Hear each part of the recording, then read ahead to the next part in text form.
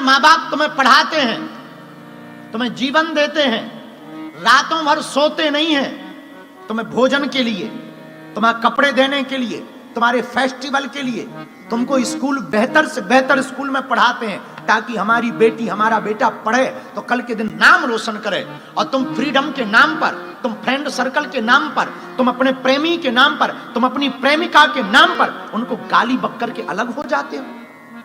जब तुम संपन्न हो जाते हो तुम उन्हें रोता हुआ छोड़ देते हो, उनकी बीमारी में भी नहीं पहुंचते। क्या यही स्वतंत्रता है?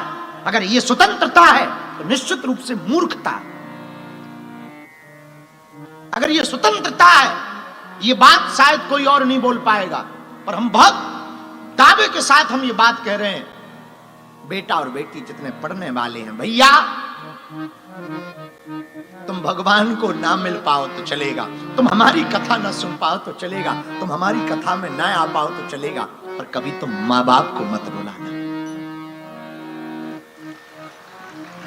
उनकी आंखों में आंसू मत रखना, क्योंकि माँ बाप के लिए तो तुम ही जीवन हो। कौन है वो? किसके लिए जीते? ये मकान बना रहे किसके लिए बना रहे? ये रातों भर काम कर रहे, ओवर टाइम किसके लिए कर रहे? तुम्हारे लिए ही तो कर रहे।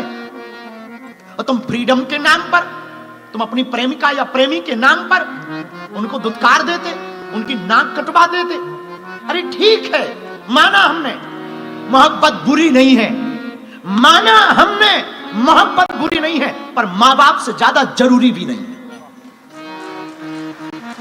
हमने माना कि तुम्हारी मोहब्बत है तो वो बुरी नहीं है, आई एक्सेप्टेड माय डियर, पर माँ बाप से ज्यादा जरूरी नहीं। माँ बाप से ज्यादा जरूरी कुछ होना तो समझ जाना तुम गलत रास्ते पर। और जितने माँ बाप आज की कथा सुन रहे हैं, शायद तुम्हारे काम आए।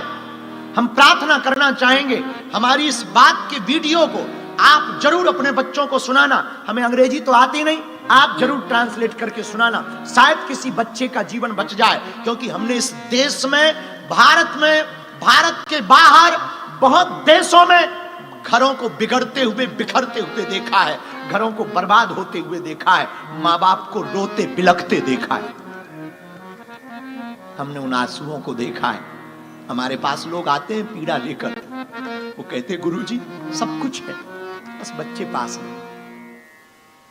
सब कुछ है, बेटा चला गया है, बहू के साथ रहता है, बहू आने नहीं देती है। गुरुजी और तो सब ठीक है, हम अपने पोते का मुंह देखना चाहते, पर वो मिलने नहीं देते। भारत के एक वृद्धाश्रम हम गए और हमारी तो उस दिन से लो वृद्धाश्रमों की स्थिति देख करके हालत खराब। हम जैसे वृद्धाश्रम गए तो सब हमें मिलने आए। वहां के बूढ़े दादा दादी जितने रहते थे ना, सब हमको मिलने आए। सबने आकर के हमें प्रणाम किया, पर एक दादा दादी दरवाजे की खिड़की लगी थी कोने पे, उस खिड़की के पास खड़े थे। उन्होंने हमारी तरफ देखा, पर वो हमें मिलने नहीं आए। हम सबको, किसी को पार्ले जी बिस्कुट दे रहे थे, किसी को कपड़ा दे रहे थे, किसी को मिठाई दे रहे थे, उनके लिए भी हमने रख रखी थी। तो हमने एक बूढ़ी माँ से पूछा, माँ ये जो दरवाजे की खिड़की के पास खड़े हैं ये क्यों नहीं आ रहे, ये क्या देख रहे हैं उस तरफ? उस माँ ने जो जवाब दिया, हमारा तो दिल फट गया। पता है वो क्या बोले? बोले गुरुजी दरअसल इन बूढ़े दादा दादी का बेटे का मकान दिखता, सामने इनका बेटा रहता वृद्धाश्रम के सामने, और ये अपने नाती इनका छोटा है, उसको देखने के लिए पूरे दिन दोनों खिड़की पर खड़े रहते। जब वो स्कूल जाता है तो बस में बैठने के लिए बाहर निकलता है, तो वो उसको देखने के लिए पूरे दिन भर खिड़की पर खड़े। हमारी हाथ जोड़कर प्रार्थना, तुम अमीर बन पाओ या ना बन पाओ, अमीर वो नहीं है जिन पर लाखों करोड़ों रुपया है, जिन पे गाड़ियां हैं, जिन पे मकान है। भैया अमीर तो वो है जिनके माँ बाप उनके साथ हैं।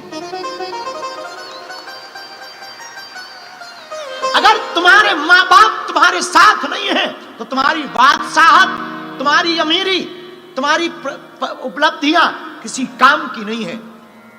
ऐसे अनेक अंग्रेजों के घर हैं जो फैमिली के साथ रहते, अनेक हैं। पर आज भारतीयों की हालत खराब है। बुरा ना मानना, ये बात कड़वी जरूर है पर सच है। आज भारतीयों की हालत खराब है। क्या तुम्हारी मां ने इसीलिए जन्म दिया? वो रातों भर सोई नहीं तुम्हारे लिए, 9 महीना तुम्हें कोख में रखा सिर्फ इसीलिए कि कल हमारी बेटी हमारा बेटा बड़ा होगा, हमें जरूरत पड़ेगी तो हमारे साथ खड़े होंगे। अपनों के लिए ही वो रोते हैं और हालत खराब है। इसलिए आज की कथा में हमारी प्रार्थना है बच्चों को संस्कार दें। और हमने 8 बातें निकाली जो आप अपने बच्चों को पढ़ा सकते हैं, अगर पढ़ा सको तो। और छोटे से बच्चों से 15 साल से पहली उम्र के जितने बच्चे हैं, 1 साल से 15 साल तक के, उनके जितने माता पिता यहां बैठे हो वो तो कान खोलकर सुन लें। उनको बहुत सरलता होगी बच्चों को संस्कार देने में। 1 साल से 15 वर्ष के जितने बच्चे हैं उनके लिए तो ये पहली बात, आदत बचपन से ही आप अपने बच्चों को डालो, प्रतिदिन प्रणाम करवाना सिखाओ। सुबह उठें प्रणाम करवाओ। माता पिता गुरुजी, दादा दादी साथ रहते हो, आप विदेश में रहते हो कोई बात नहीं, उनकी फोटो में प्रणाम कराओ। गुरुजी को, माता पिता।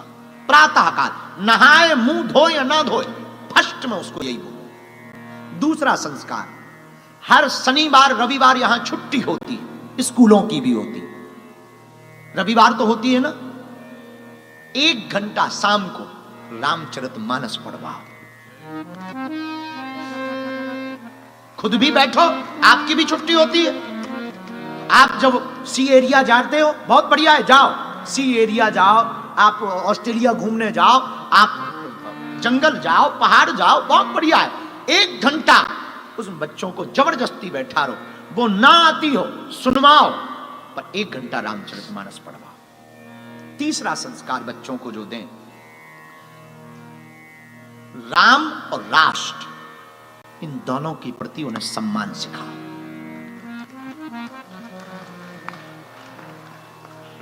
चौथा संस्कार जो दें, छोटा छोटा काम भी करें तो उनको ये आदत डालो कि अनुमति लें। फिर से सुनो, छोटा काम, उनको फ्रिज से कोल्ड ड्रिंक भी उठानी हो तो उन्हें ये आदत डालो कि मुझसे पूछा क्यों नहीं। क्योंकि जब छोटे छोटे काम में वो अनुमति लेना सीखेंगे तो कल के दिन जब वो शादी करेंगे तो तुमसे अनुमति लेंगे। ये आदत डालो। हमारी घर की आदत आज भी है, आज भी अब पता नहीं आप लोगों को सुन के कैसा लगेगा, हमारी उम्र 28 साल पूरी हो गई है और भगवान की बहुत कृपा है, बचपन से हनुमान जी की कृपा है, खूब हमारे पास भगवान की दया है, लाखों लोग जुड़े हमसे। अजय, भारत के प्राइम मिनिस्टर, प्रेसिडेंट, माननीय प्रधानमंत्री नरेंद्र मोदी जी बहुत प्रेम करते हमको। महामहिम राष्ट्रपति महोदया, हमने मात्र एक बार कहा कि आपको एक बार धाम पहुंचना है, महामहिम राष्ट्रपति महोदया 4.5 घंटे रही और 1.5 घंटे हमारी माता जी को मिली और धाम पर रही। छोटा सा गांव है, दोनों प्रेम कर, और लगभग 15 मुख्यमंत्री प्रेम करते।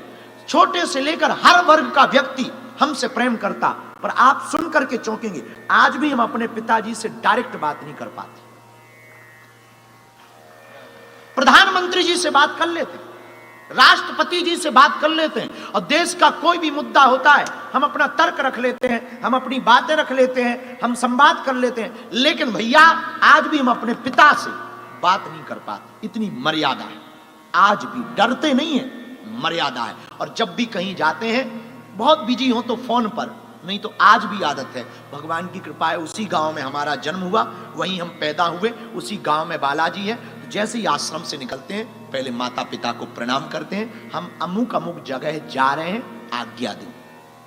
और जब जाएंगे वापस 29 तारीख को, 26 को पहुंचेंगे तो मुंबई पहुंचेंगे, तो 3 दिन मुंबई के मठ में, सनातन मठ में रहेंगे। जब धाम जाएंगे तो सबसे पहले गाड़ी मंदिर में रुकने की वजह हमारी घर पर रुकती है। और कुछ नहीं, बहुत बिजी हो, जब बहुत बिजी हो तो खड़े खड़े बहुत अच्छे से हुआ है, हम ऑस्ट्रेलिया हुआ है, फिजी हुआ है, न्यूजीलैंड हुआ है, पूरा बता देंगे और चले जाएंगे। तो अपने बच्चों को जो तीसरी आदत आपको डालनी है वो बहुत प्यारी और सटीक, छोटी छोटी बात पर अनुमति लें, ऐसी आदत डालो। चौथी आदत जो बहुत जरूरी है, मंगलवार या शनिवार, भले ही महीने में एक बार मंदिर ले जाओ। पांचवी आदत, घर पर कोई भी अतिथि आए तो आप लोग क्या करते हो कि नाक चढ़ा लेते हो कि कब जाएगा ये वो। अकेले में नाक चढ़ा लो, पर बच्चों के सामने स्वागत करो, अंकल आए, हेलो बोलो। अगर तुमने छोटे बच्चों को यह नहीं सिखाया तो बड़े होने पर तुम्हारे घर पर तुम्हारा सगा रिश्तेदार आ जाएगा, उसको भी वो हेलो नहीं बोलेगा। छठवीं आदत जो बहुत जरूरी है, अतिथि का स्वागत सिखाओ। और अगली आदत स्वच्छता और सत्यता बोलने पर प्रेरित करो। साफ सफाई रखो और सत्य बोलो, जो भी है सत्य बोलो। और अंतिम आदत बच्चों को डालो मर्यादा और एकता। जब भी उनको पैसे दो तो हमेशा एक बच्चे को रुपया दो, 10 का नोट, पर उसको ये बोलो 5 अपने भाई को दे देना। हमारे गांव में ये इसलिए ऐसा किया जाता था, एक को रुपया देते थे और उसको कह देते सबको बांट लेना, ताकि ये बड़े हों और बड़े होकर के कुछ बड़ा पाएं तो आपस में बांट लेवे। इस सिखाने के लिए छोटी छोटी आदतें, बस ये 8 आदतें आप अपने बच्चों को डालो और इन 8 आदतों का नियम पालन करना ही करना है। 2-3 साल का बच्चा हो, उसके सामने इन 8 आदतों का लेपर चिपका दो कि ये प्रोटोकॉल है। हम दावे के साथ कहते हैं आपका बच्चा चाहे लंदन में पढ़े, चाहे सिडनी में पढ़े या फिर वो यूएसए में पढ़े, तुमसे कभी अलग नहीं हो सकता है। और हजारों ऐसे बच्चे हैं इस देश में, ऑस्ट्रेलिया में, जिन्होंने काम छोड़ दिया पर परिवार नहीं छोड़ा, परिवार के साथ रहते। पर कुछ माता पिता की भी गलती है, वो भी बोल देनी चाहिए। बच्चों की बात तो होगी, पर माता पिता की भी तो कुछ प्रोटोकॉल हो, और माता पिता के ज्यादा जरूरी। हमने वो भी आज लिखे, अगर आप बुरा ना माने तो हम बोलें। माता पिता का पहला प्रोटोकॉल यह होना चाहिए कि पूरे घर में खुशनुमा माहौल रखें। तुम दोनों की नहीं बनती और बच्चों के सामने बनती है, ऐसी तैयारी करें, वरना बच्चों पर दुष्प्रभाव पड़ता है। माँ बाप को लड़ते हुए देखते हैं तो बच्चा या तो पिता के पक्ष में जाता है या माँ के पक्ष में, और जिसके पक्ष में जाता है उसके विपक्ष वाले को दुश्मन मानता है, बड़े होकर के उसको परेशान करता है। तो पहला तो खुशनुमा माहौल रखें। दूसरा, माता पिता क्या गाली गलौच ना दें। अगर आप एक दूसरे में देते हो, अकेले में दें, बच्चों के सामने गाली गलौच ना करें। तीसरा, माता पिता का जो नियम होना चाहिए, बच्चों की संगति पर ध्यान दें। मदिरालय ले जाने वाले के साथ है या देवालय ले जाने वाले के साथ है, ये माता पिता की स्वतंत्रता के ऊपर है। माता पिता कितनी स्वतंत्रता देते हैं।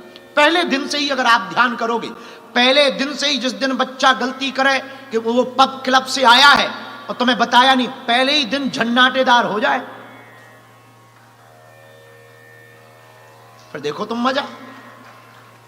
चौथा, माता पिता का, स्वयं माता पिता का अपने माता पिता सम्मान करें, स्वयं, तो बच्चे भी करें। और पांचवा, माता पिता का जो नियम होना चाहिए, त्योहार भले ही छोटे मनाएं, शॉर्ट मनाएं, पर मनाएं।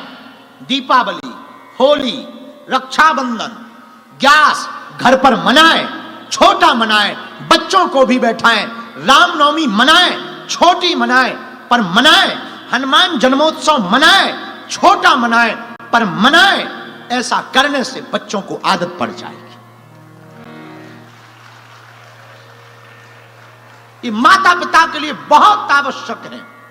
और एक और नियम माता पिता के लिए, अपनी परंपरा की बात जरूर करें।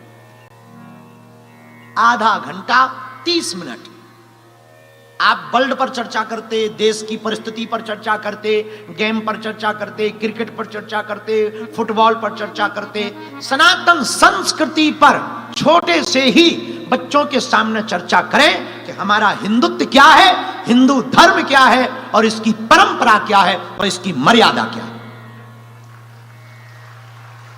माता पिता चर्चा करेंगे, बच्चे सुनेंगे, तो बड़े होकर के बच्चे भी अपने बच्चों से वही बात करेंगे और पालन करेंगे। अगर तुम्हें अपने बच्चों को हिंदू बनाना है तो पहले माता पिता को कट्टर हिंदू बनना पड़ेगा।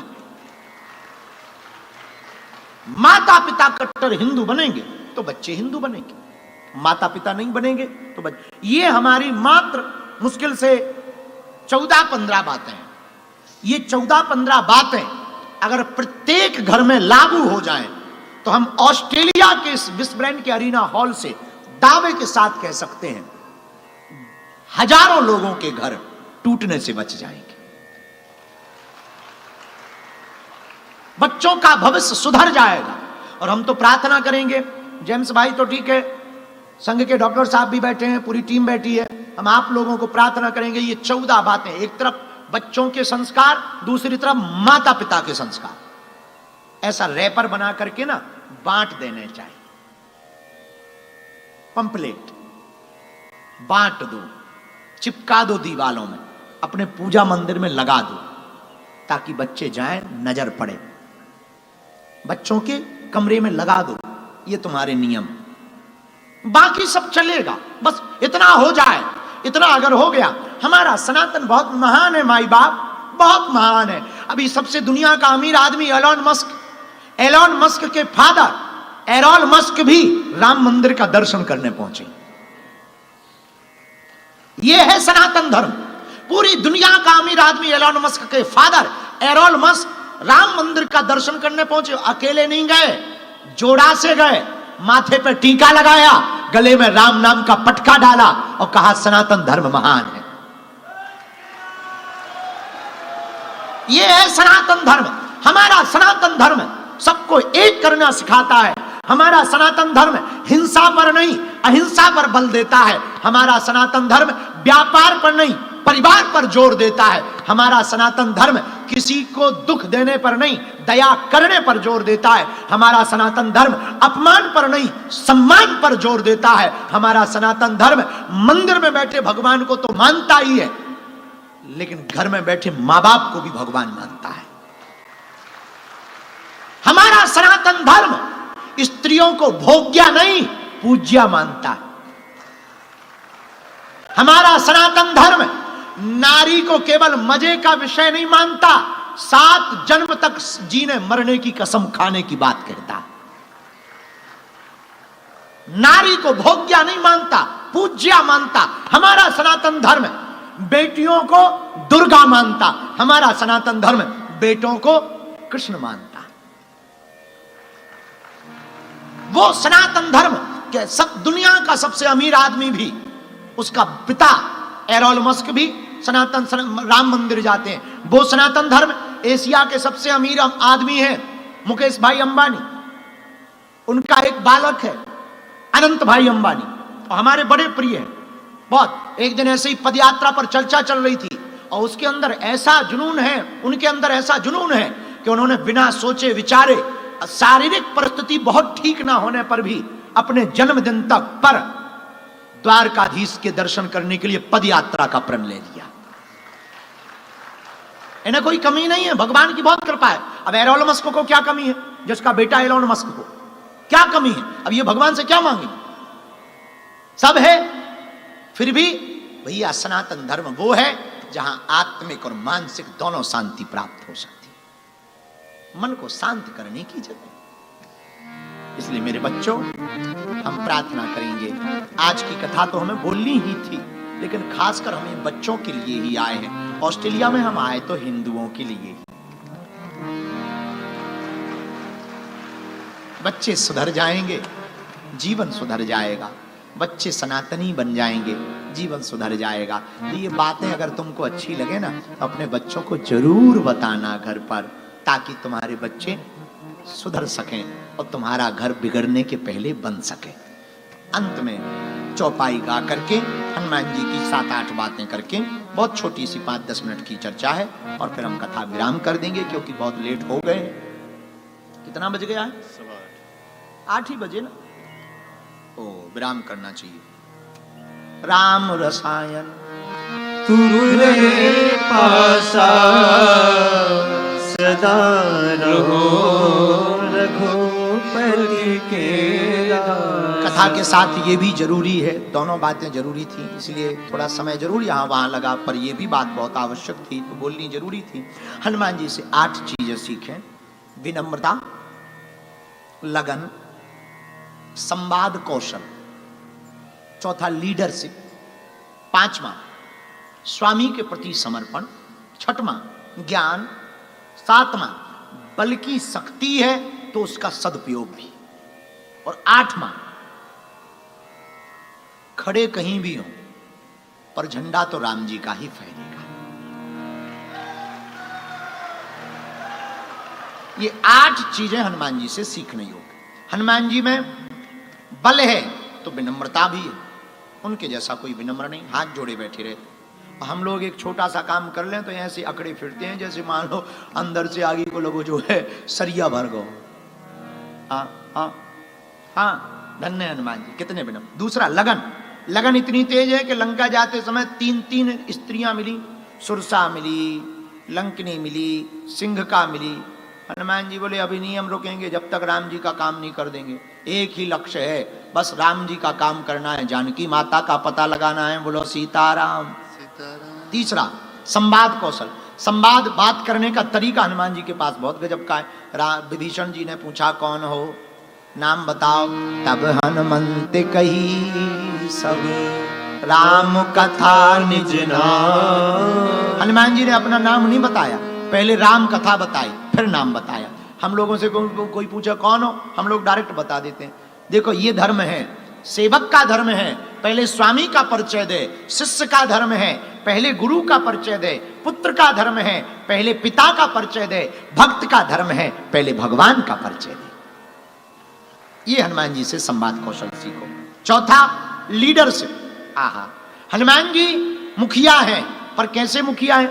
ज्यादातर मुखिया ऐसे होते हैं खुद ही फोटो में आना चाहते, बाकी सबको पीछे कर देते, पर हनुमान जी गजब है। हनुमान जी राम जी के पास जब जानकी माता का पता लगा करके आते हैं तो करते क्या, सबसे पीछे हो जाते हैं, सबको आगे कर देते हैं। तो किसी ने पूछा आप पीछे क्यों हो? हनुमान जी बोले जो राम जी की शरण में जा रहा होता है उसके हम पीछे पड़ जाते हैं ताकि ये वापस ना लौट आए।